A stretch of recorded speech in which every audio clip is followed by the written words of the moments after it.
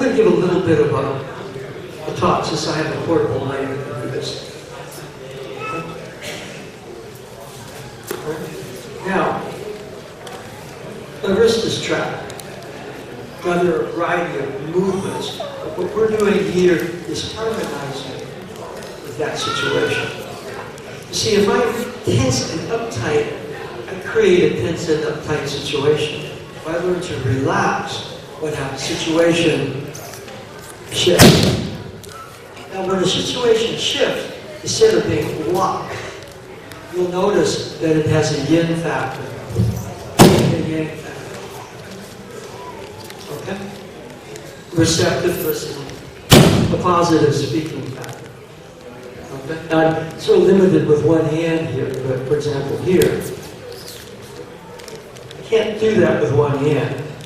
But, see, the actual energy spiraling and then smoothly counter-spiraling generates that motion. I would have to be able to do that. Maybe I know the movement with 2 hands, but one day I'm attacked, I have an arm in a cast. You see, we're not relying on the 2 hands. We're relying on the energies blending. Now, as you, for example, see, there is a listening half to it, a yin factor, an equal yang factor. The 2 must be in balance. The 2 in balance create the harmony of the situation. Now, Ueshiba Sensei, unfortunately for the rest of us, he achieved a level that the rest of us have not been able to do. But his particular sense was, the universe was created perfectly. It was not created to be a place where things are in conflict. Okay? And he felt that it was possible to stand in that original perfection. And in that original perfection, there is no attack. We do not attack one another. Therefore, what he would tell people was, I can't be defeated, not I, the person, Morihei Ueshiba, but I'm standing in that original harmony of the universe, and you can't beat that.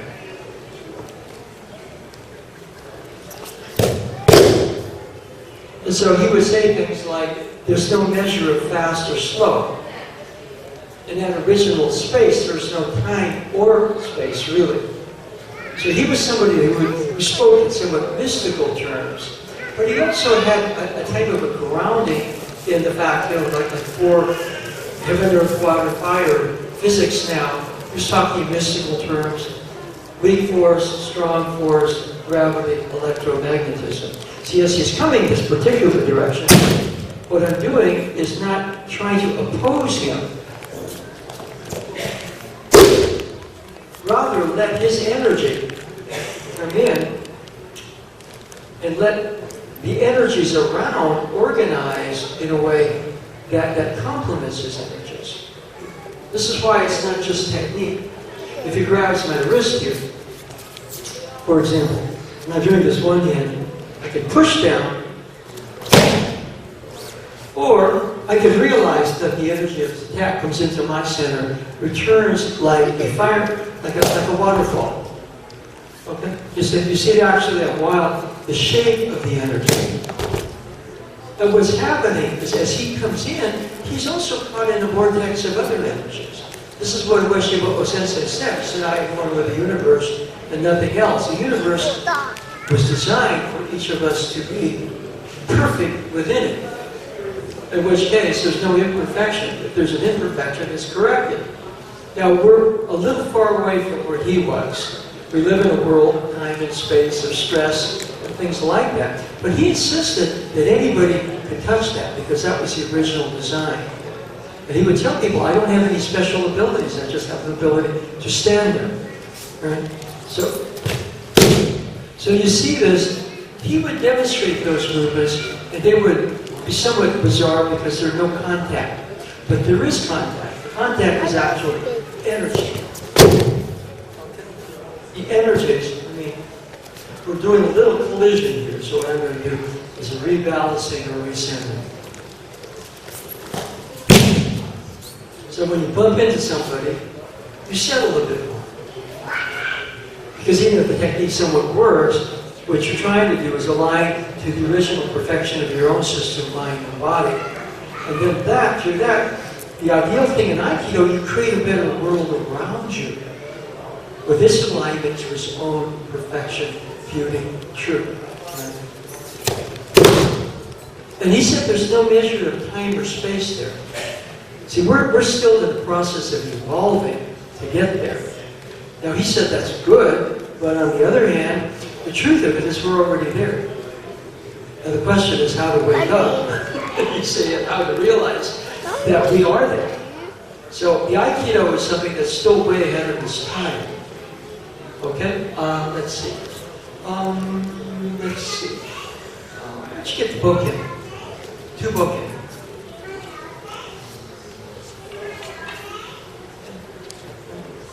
And he studied the sword, so we're going to switch over to Diana Sensei in a little bit, but from the ancient tradition, I'm going to have to put this down.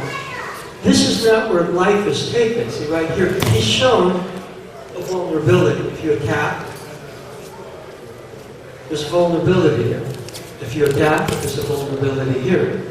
If you're coming here, there's a vulnerability here. We're not taking that step where he would lose both arms and cut. But he's being educated at it right here. And this is moving, right? So what I want you to look at is the actual attunement. I'm trying to do is stand in more of what I call an intuitive space. A feeling space. Boom. Not in a competitive space. That's why I was just said, you can't be beaten, not because somebody can't beat you, but you are in a very good spiritual place. You're not going to lose yourself to be less than you are. It doesn't mean that you're on a bad day. You're not late, but you can correct. So what we're doing right here, and I'm having to do it with one hand, I say, we're syncing up. As he makes his move, we're sensing where his move is going. It's showing him the opening in his system that's created, not taking even spiritually, as I like to say. We're educating him. You see, if I'm here asleep, he educates me by attacking. So I wake up, boom. Okay, so that was as best I can do with Shibaho Sensei's sword. He was so quick, somebody would attack him and about 4 or 5 times he would just sort of sense the vulnerabilities. Therefore, at this particular point, see, he would sort of know.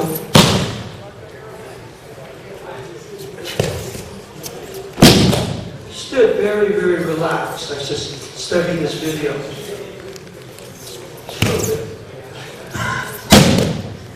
He said that whenever I'm attacked, I remain calm. He said I have to leave everything up to the workings of the universe, which he believed represented perfection.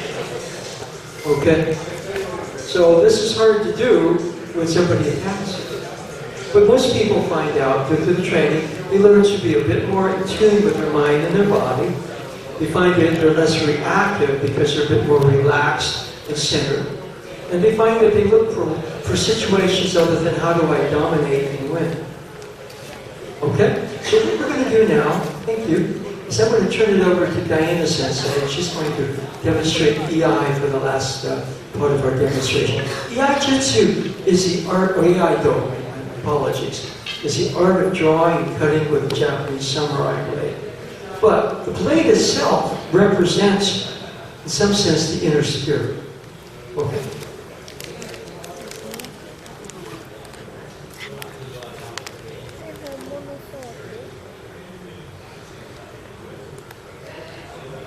So you'll find a meditative quality to the movements.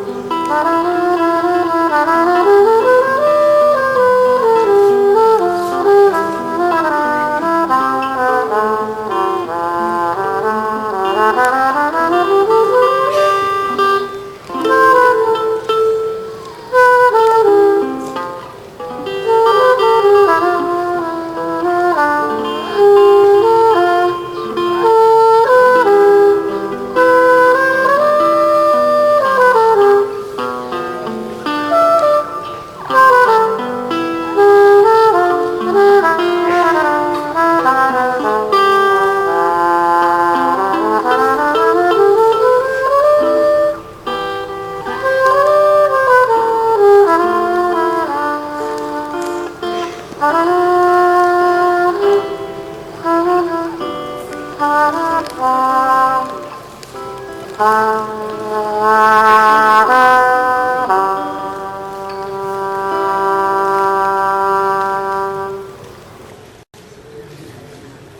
let's do one more draw. I think it's about time. Okay, got one more?